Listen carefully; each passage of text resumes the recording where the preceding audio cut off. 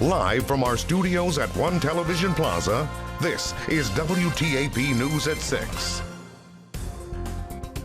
The Parkersburg Police Department holds a news conference today about two men arrested yesterday for murder. Good evening and thank you for joining us. I'm Phyllis Smith.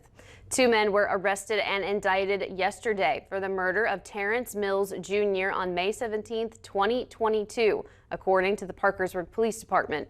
This afternoon, officials involved in the murder case sat down for a news conference to discuss the arrest details. Our Alexa Griffey was at the conference and shares those details with us live from the Digital Center. Alexa. Thanks, Phyllis. George Justin Smith, also known as Justin Keel, and Donovan McCune have been indicted by the Wood County Grand Jury. They were indicted for murder, robbery in the first degree, presentation of a firearm during the commission of a felony, one endangerment with a firearm, and conspiracy to commit a felony.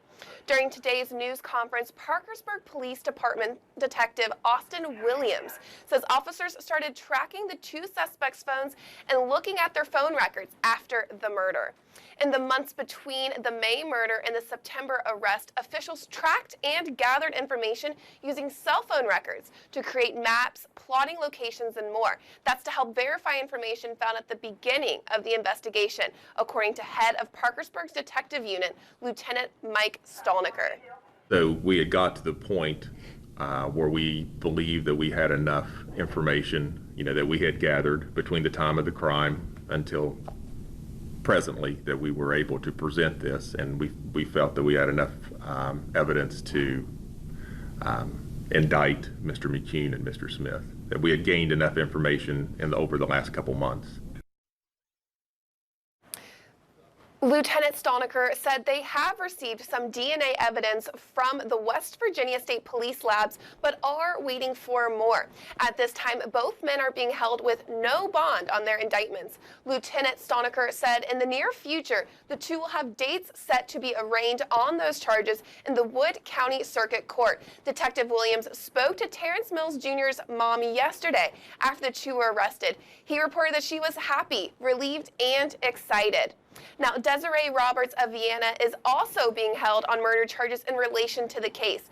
According to the complaint on May 19th, Roberts admitted to contacting and setting up a drug deal with Mills on May 17th. That deal was between Mills and Smith and McCune. The plan was for the two men to rob Mills and then split the proceeds with Roberts. She is also being held without bond at this time and will be charged separately from Smith and McCune. That's according to officials. Phyllis, back to you. Alexa Griffey reporting live in the Digital Center. Alexa, thank you. Turning to the weather now, a cooler day in the Mid-Ohio Valley. Meteorologist Kirk Greenfield joins us now with the first look at your forecast. Kirk? Well, we have overcast conditions and the threat of rain showers, but a beautiful view here on the Jay Antilles Marietta Skycam atop the Lafayette Hotel. 56 degrees right now, 69% relative humidity. The winds are calm and the pressure 30.06 inches and rising. So when we look at the evening planner, we expect to see temperatures dropping out of the 50s and into the 40s. It's going to be a pretty crisp night no matter how you look at it, but it has virtually nothing to do with the hurricane to the south. We'll talk about that when I return in just a few moments. Back to you. Thank you, Kirk. Troopers from the Ohio State Highway Patrol Athens Post are investigating a rollover crash that was fatal. The crash happened on County Route 27, also called Millfield Road in Athens County, according to a news release from the Ohio State Highway Patrol's office. Janet McCoy was driving east on County Route 27 in a GMC Safari van at 5:15 p.m. yesterday. Troopers say McCoy drove off the right side of the road and hit a guardrail, a traffic sign, a utility pole, and a tree before the van overturned and landed on its top in Sunday Creek. McCoy was pronounced dead on the scene by an investigator from the Athens County Coroner's Office. She was 71 years old and from Millfield. There will be a low-cost rabies vaccine clinic in Little Hocking this weekend. It will be at the Little Hocking Township Park State Route 124 on Saturday, October 1st from 12 p.m. to 1:30 p.m. The vaccinations will cost $10. The Washington County Health Department says the goal of the clinic is to provide the important service to members of the community who may have difficulty affording it at a veterinary clinic where expenses like office visit fees may apply. Both dogs and cats may be vaccinated at the clinic. Dogs must be on a leash and cats must be in a carrier. All pets must be 12 weeks of age or older.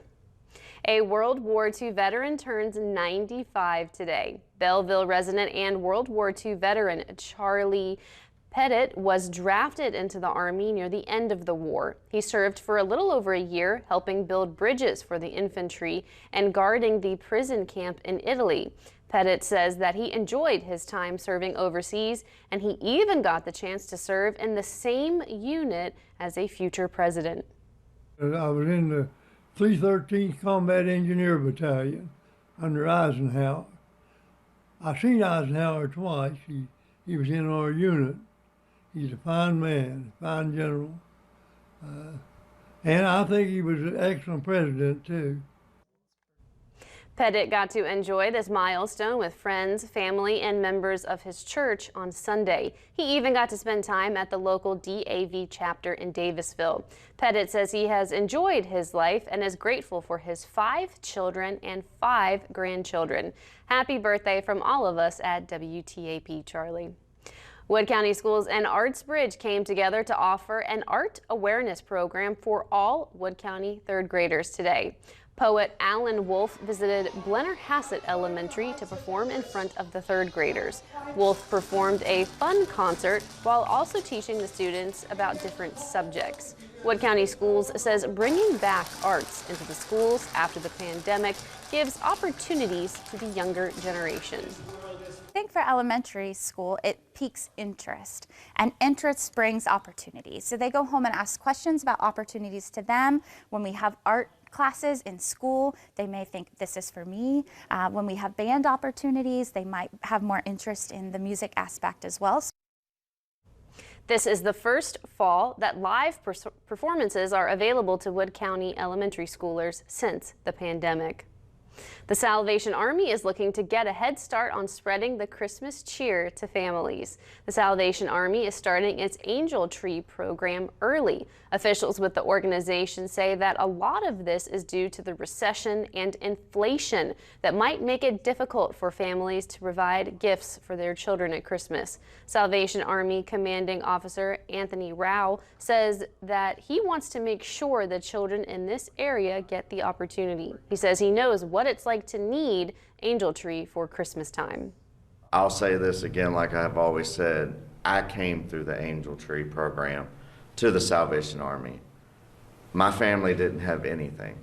My father worked tirelessly, and you know, if it wasn't for the Salvation Army and the community around us, we wouldn't have had Christmas.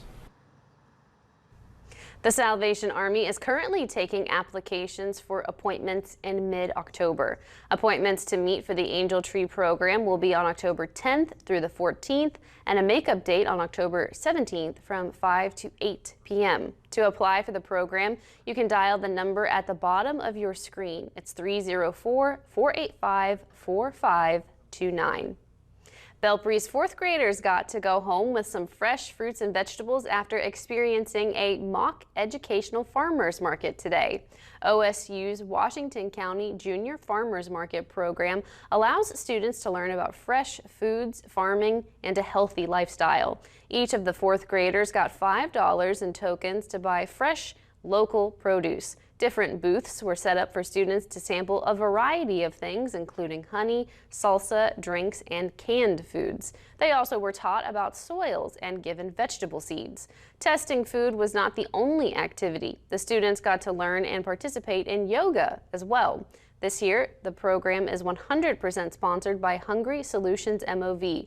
The program goes to schools throughout Washington County, stopping once in each district. More information about what was offered and where the program is going next can be found on our web channel. Still ahead, the city of Parkersburg has recently received Home American Rescue Plan funding to help residents. We'll explain next at 6. A cooler day in the Mid-Ohio Valley as showers clip the area, but overall a dry week for us. That's next.